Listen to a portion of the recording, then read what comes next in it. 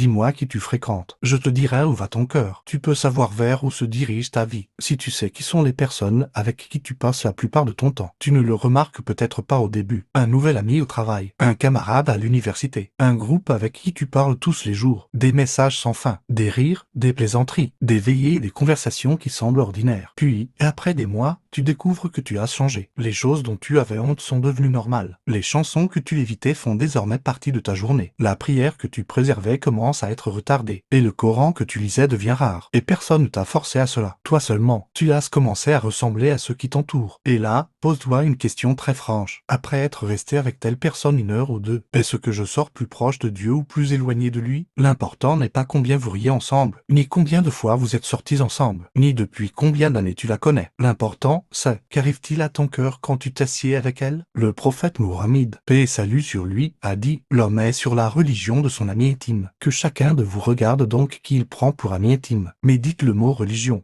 Le prophète, paix et salut sur lui, n'a pas dit seulement que ton ami influence tes habitudes. Il a dit qu'il influence ta religion, parce que l'être humain absorbe ce qui l'entoure sans s'en rendre compte. Et c'est pour cela que le prophète, paix et salut sur lui, a donné un exemple grandiose. Il a dit que l'exemple du bon compagnon est comme celui du vendeur de musc, et que l'exemple du mauvais compagnon est comme celui du forgeron. Le vendeur de musc peut t'en donner, ou tu peux lui en acheter, ou au moins tu trouveras auprès de lui une bonne odeur. Quant au forgeron, soit il brûlera tes vêtements, soit tu trouveras auprès de lui une odeur désagréable. Ainsi est la compagnie. Ton ami ne te dira peut-être jamais un jour « laisse la prière », mais il te dit « viens, on sort maintenant », et tu repousses la prière. Il ne te dira peut-être jamais « éloigne-toi du Coran », mais il te fait veiller chaque nuit jusqu'à ce que le matin devienne lourd. Il ne te dira peut-être jamais « commets l'interdit », mais il te fait voir l'interdit chaque jour jusqu'à ce que ton cœur ne le réprouve plus. Et il y a un autre type, plus dangereux encore, l'ami qui te fait avoir honte de ta religion. Si tu parles de la prière, il se moque. Si tu veux t'éloigner d'une chose interdite, il te dit « ne sois pas extrémiste ». Si tu essaies de changer, il te dit « tu as changé, tu n'es plus comme avant ». Et là, tu dois comprendre une chose importante. Tous ceux que tu aimes ne sont pas dignes d'être proches de ton cœur. Tu peux respecter tout le monde, bien traiter tout le monde, travailler avec tout le monde, aider tout le monde, mais tu ne donnes pas à n'importe qui la clé de ton cœur. Dieu, glorifié soit-il, dit « les amis intimes, ce jour-là, seront ennemis les uns des autres, excepté les pieux ». Imagine, des gens qui étaient assis ensemble, qui riaient ensemble, qui veillaient ensemble,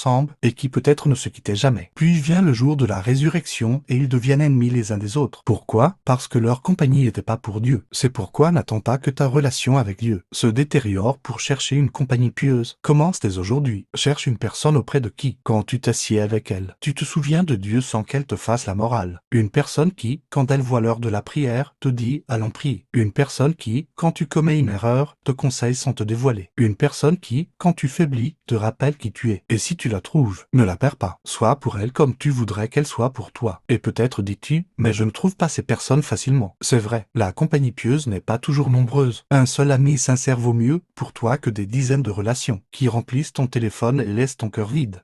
Cherche-le à la mosquée, au travail, dans les études, dans le cercle familial. Et ne cherche pas la personne parfaite, car tu ne la trouveras pas. Cherche une personne dont, si tu vois un défaut, cela te rappelle qu'elle est humaine. Et si tu vois un bien, cela t'aide à faire le bien. Et toi aussi, sois cette personne. Car la question n'est pas seulement « qui sont tes amis ?» La question la plus importante, qui es-tu, toi, quand tu es avec tes amis? Es-tu celui qui les pousse vers le bien? Ou es-tu celui qui les entraîne vers l'insouciance? Souviens-toi, tu oublieras peut-être beaucoup de gens que tu as connus dans ta vie, mais certains laisseront dans ton cœur une trace qui ne s'effacera jamais. Alors choisis bien celui qui marche avec toi, car le chemin est long, et la fin est une. Et ce jour-là, ton plus grand souhait ne sera pas d'avoir connu beaucoup de personnes, mais d'avoir connu des personnes qui t'ont pris par la main pour te mener à Dieu. Si, aujourd'hui, il y a autour de toi une personne qui te rapproche de Dieu, alors loue Dieu pour elle. Et s'il y a autour de toi une personne qui t'en éloigne, ne la déteste pas, ne lui fais pas de mal, mais mets une distance entre ton cœur et ceux qui le corrompent, car tu ne possèdes pas un autre cœur. Et c'est avec ce cœur-là que tu rencontreras Dieu.